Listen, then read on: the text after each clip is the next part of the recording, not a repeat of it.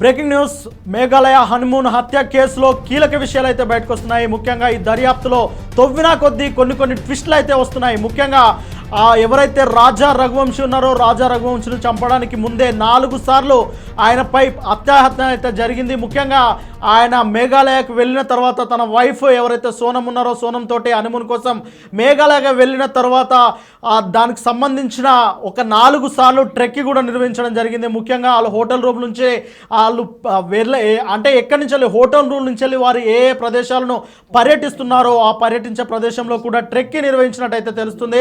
ముఖ్యంగా ఎవరైతే నిందితులు ఉన్నారో నిందితులైతే ఆ మేఘాలయకు ముందే వెళ్ళి అక్కడ ట్రెక్కి నిర్వహించి వాళ్ళు ఏ పర్యాటక ప్రాంతాలకు వెళ్తున్నారు అనేది ముందే తెలుసుకొని వారిపై హత్యాయత్నం అయితే 4 సార్లు చేశారు. ఇక 4వసారి అయితే ఆయనను హత్య చేశారు. ముఖ్యంగా దానికన్నా ముందే గౌహతిలో ఒకసారి, దాని తర్వాత సాహ్రోలో ఒకసారి, దాని తర్వాత మేఘాలయంలో ఒకసారి, అంటే మేఘాలయలో కూడా ఒకసారి హత్యాయత్నం చేసిన తర్వాత ఒకసారి తప్పిపోయింది. ఆ తర్వాత 4వసారి అయితే మేఘాలయలోనే ఆయన హత్య చేసినట్టు తెలుస్తుంది. అయితే ఈ విషయంలో పోలీసులు అయితే చాలా లోతుగా దర్యాప్తు అయితే చేపడుతున్నారు. ముఖ్యంగా అంటే ఏ చిన్న విషయాన్ని కూడా పోలీసులు అయితే వదలడం లేదు. ముఖ్యంగా ఎవరైతే బాధితురాలు మన బాధితుడు రాజా రఘువంశీ ఉన్నారో ఆయన తరపు అంటే వాళ్ళ పేరెంట్స్ కానీ ఇతర బంధువులు కానీ చాలా కీలకంగా ఈ విషయంలో పోలీసులను అయితే కోరుతా ఉన్నారు. ప్రతి చిన్న విషయం కూడా వాళ్ళకి కావాలని చెప్పేసి కోరడంతో పోలీసులు అయితే దర్యాప్తును వేగవంతం చేయడమే కాకుండా చాలా లోతుగా దర్యాప్తు చేస్తూ ఉన్నారు. ముఖ్యంగా సోనము తన ప్రియుడు ఎవరైతే రాజా కుష్వాహా ఉన్నారో వారిని కూడా చాలా అనేకసార్లు దర్యాప్తు చేస్తున్నారు. దీనిలో చాలా కీలక విషయాలు అయితే వెలువడుతున్నాయి. ముఖ్యంగా ఎవరికైతే ముగ్గురికి సోనమే సుఫారీ ఇచ్చినట్టు, సోనమే ఆ ముగ్గురితో కాంటాక్ట్ అయినట్టు, ఆ సోనమే ముగ్గురిని మేఘాలయ పిలిపించి మరి దానికి సంబంధించిన పూర్తి వివరాలు వారికి ఫోన్లోనే అందుబాటులో ఉంటున్నట్టయితే పోలీసులు అయితే ఈ విషయంలో ఆ కేసును కీలక విషయాలను అయితే బయటపెడుతూ ఉన్నారు. అంతేకాకుండా ఈ మర్డర్ మొత్తం మీద ఈ హత్య కేసును ఎలా బయటకు వచ్చింది అనేది కూడా చాలా విస్తుపోయే నిజాలు అయితే బయటకు వస్తూ ఉన్నాయి. ముఖ్యంగా ఎవరైతే ఆ నిందితులు ఉన్నారో అతను రాజా రఘువంశిని ఒక బలమైన రాడ్డుతో నెత్తిపై 2 సార్లు మోదారు. అయితే ఆ రాడ్ అయితే దొరికింది. ఆ రాడ్ అయితే అక్కడ మేఘాలయ లోకల్లో అలాంటి ఒక నునుపైన రాడ్ను మేఘాలయ లోకల్లో ఎవరు ఉపయోగించారని చెప్పేసి మొదటి అనుమానం అక్కడ వచ్చింది. ఆ తర్వాత రెండో అనుమానము హోటల్ రూమ్లోనే సోనం తన పుస్తెను తర్వాత తన వెడ్డింగ్ రింగ్ను అక్కడే హోటల్ రూమ్లోనే వదిలేసింది.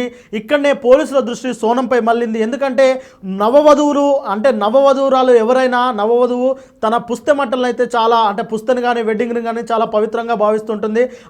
అంత పవిత్రంగా భావించే ఆ పుస్తెను కానీ వెడ్డింగ్ రింగ్ కానీ హోటల్ రూమ్లో వదిలేయడంపై అయితే పోలీసులు ఫస్ట్ అనుమానం తనపై అనుమానం రావడానికి అయితే ఈ యొక్క ఇన్సిడెంట్ కారణమని చెప్పవచ్చు. ఆ తర్వాత రాజా రఘువంశిని అక్కడి నుంచి వెళ్ళి ఆ ఎత్తైన కొండ నుంచి వెళ్ళి లోయలోకి నెట్టేసిన తర్వాత అక్కడి నుంచి వెళ్ళి తన ప్రియుడైన రాజా కుష్వాహాతోనే స్కూటీలోకి వెళ్ళి ఆ హోటల్ రూమ్లో స్టే చేసినట్టయితే పోలీసులు చాలా కీలకమైన ఆధారాలను సేకరించారు. అయితే మొత్తం మీద మేఘాలయలోని వెయిసావ్ డోంగ్ జలపాతం ఉన్నది. వెయిసావ్ డోంగ్ జలపాతం చూడడానికే తన భార్య అయిన సోనంతో రాజా రఘువంశీ అక్కడికి వెళ్ళారు. ఆ తర్వాత ముందే పథకం ప్రకారం అక్కడికి వెళ్తున్నాము అక్కడికి వస్తున్నామని చెప్పేసి సోనం వారి ముగ్గురితో ఫోన్లో కాంటాక్ట్లో ఉన్నారు. ఆ ముగ్గురులో అక్కడే కాపు కాసుకొని ఉన్నారు. ఆ తర్వాత ఏవైతే వెయిసావ్ డోంగ్ జలపాతం దగ్గరికి వెళ్ళిన తర్వాత దాన్ని అంటే తీక్షణంగా వారు చూస్తున్న సందర్భంలో ఖచ్చితంగా వెనక నుంచి వెళ్ళి వాళ్ళు బలమైన రాడ్తో మోదడము, ఆ తర్వాత అదే జలపాతం నుంచి వెళ్ళి కిందికి నెట్టేయడంతో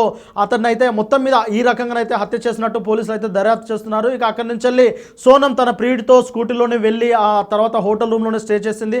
ఆ తర్వాత 2 రోజుల తర్వాత అంటే మే 23న తన భర్త కనిపించడం లేదని చెప్పేసి తన అత్తమామలకు ఫోన్ చేయడము, అలాగే తన బంధువులకు ఫోన్ చేయడంతో అసలు విషయం బయటకు వచ్చింది. ఇక మేఘాలయ పోలీసులు కూడా రంగంలోకి దిగి ఆ దర్యాప్తును అయితే వేగవంతం చేశారు. మొత్తం మీద మరొక 2 రోజుల తర్వాత రాజా రఘువంశీ డెడ్ బాడీ అయితే కనిపించింది. ఆ తర్వాత దాన్ని ముందుగా ఆత్మహత్య లాంటి ప్రయత్నాలకైతే ఒక కథల్లే ప్రయత్నం చేశారు. కానీ తదితర ఏదైతే మనకు రాడు కానీ ఆ నునుపైన రాడు దొరకడము, అలాగే తన తన పుస్తే వెడ్డింగ్ రింగ్ను కూడా హోటల్లో వదిలేయడము, దాని తర్వాత వీటన్ని అనుమాన నేపథ్యంలోనే తనను అనుమానించి ఆ తర్వాత కాల్ రికార్డింగ్స్ను ఆ డేటాకు సంబంధించిన మొత్తం దర్యాప్తు పడితే చాలా క్లియర్గా తెలిసిన విషయం ఏంటంటే తానే సుఫారీ ఇచ్చి మరి ఒక ముగ్గురిని మేఘాలయకు రప్పించడము, అక్కడే మర్డర్కు ప్లాన్ చేయడము, ఇదంతా ఒక పథకం ప్రకారం జరిగినట్లయితే పోలీసులు కనిపెట్టారు.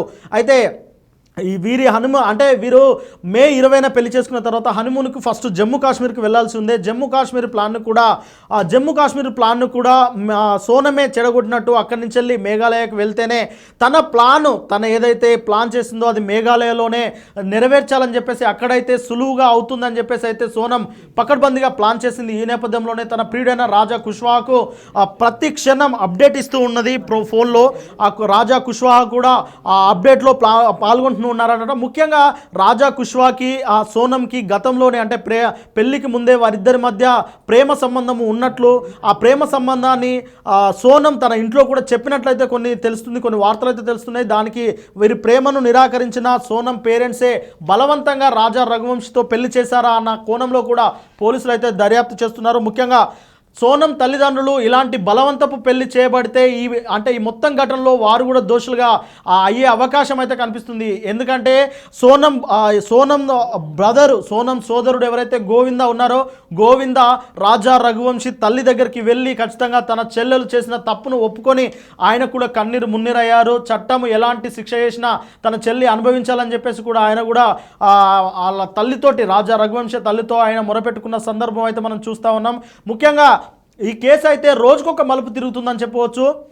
దేశవ్యాప్తంగా సంచలనం సృష్టించిన ఈ మేఘాలయ హనీమూన్లో అసలు తుది ఫలితం ఎలా ఉంటుంది అంటే మొత్తం దర్యాప్తు అయితే ఈపాటికే పూర్తి అయిపోయింది. ఎలా ప్లాన్ చేశారు, ఎలా మర్డర్ చేశారు, ఎవరెవరు ఇన్వాల్వ్ అయ్యారు అనేది అయితే ఇప్పటికైతే క్లియర్గా అయింది. దాని యొక్క ఛార్జ్షీట్ అయితే వేశారు. మొత్తంగా ఒక నివేదిక అయితే పోలీసులు తయారు చేశారు. ఇక కోర్టులోకి దీన్ని సబ్మిట్ చేసే అవకాశం ఉంది. మరి కోర్టు వీరిపై ఎలాంటి శిక్ష వేసే అవకాశం ఉన్నది? సీనియర్ నాయకులు అంటే సీనియర్ లాయర్లు చెబుతున్న విషయం ఏంటంటే తనకు ఖచ్చితంగా డెత్ పనిష్మెంట్ పడే అవకాశం ఉన్నదని చెప్పేసి సీనియర్ లాయర్లు అయితే చెప్తా ఉన్నారు. లేదు అంటే ఇక్కడ ఎవరైతే నిందితులు ఉన్నారో ముగ్గురు సుఫారీ తీసుకున్న వ్యక్తులు కానీ, రాజు కుష్వాహా కానీ, ఈ నలుగురికి అయితే ఒక లైఫ్ సెంటెన్స్ పడే అవకాశం కూడా కనిపిస్తూ ఉన్నదని సీనియర్ లాయర్లు అయితే చెప్తా ఉన్నారు. మరి మొత్తం ఈ కేసులో ఏం జరగబోతుంది, తుది తీర్పు ఏముంటుంది అనేది అయితే చూడాలి.